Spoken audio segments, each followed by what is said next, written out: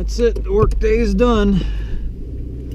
Thank you for sticking around for all of the Pacific Fister. This is the end of the Pacific Fister. Not a long season, but man, we did a lot of traveling for this one. Coming up next is season 10. That's going to start in 2 weeks.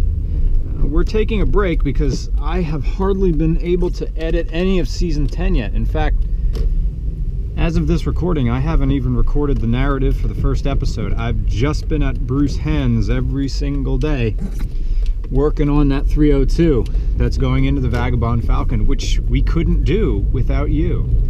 Because you've watched these videos and because you've clicked through on Patreon and supported us that way, this little YouTube show, which is one of the smallest automotive car shows out there, has the bank to roll with some of the big guys and have our very own build.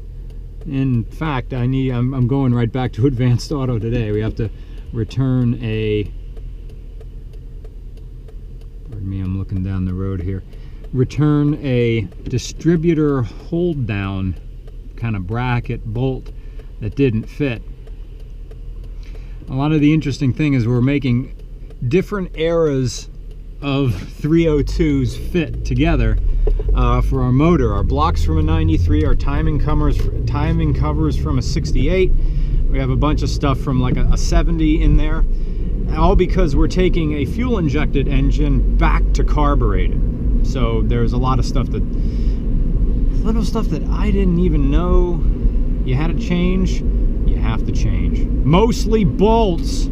Oh, they're all different sizes, aren't they? I'm beginning to understand why Ford sometimes gets a bad rap, because a lot of the fundamental parts of the engine they change, whereas maybe General Motors doesn't. They keep bolt patterns the same, bolt sizes the same throughout the years, so different stuff from different eras fits better. Whereas Ford, anyway.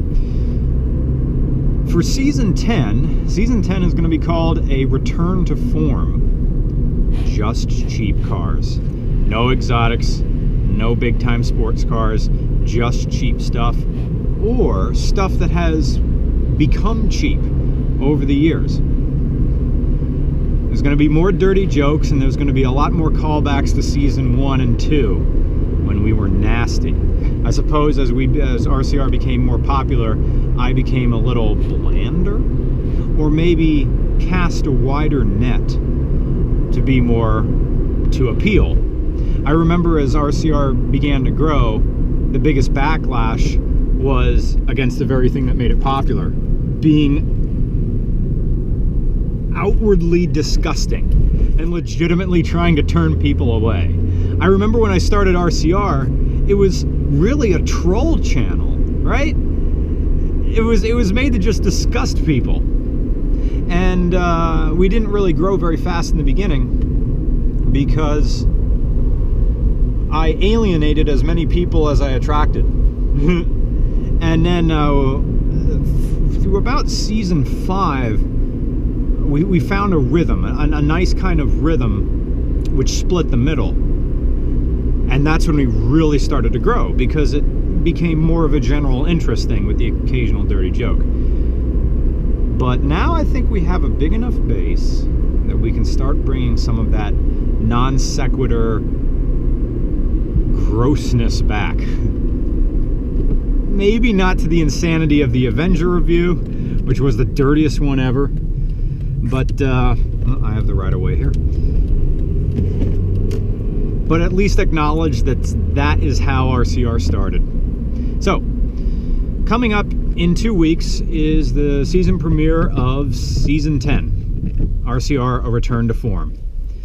And the first car that we're going to do is a Subaru that everybody thinks they want. Good luck!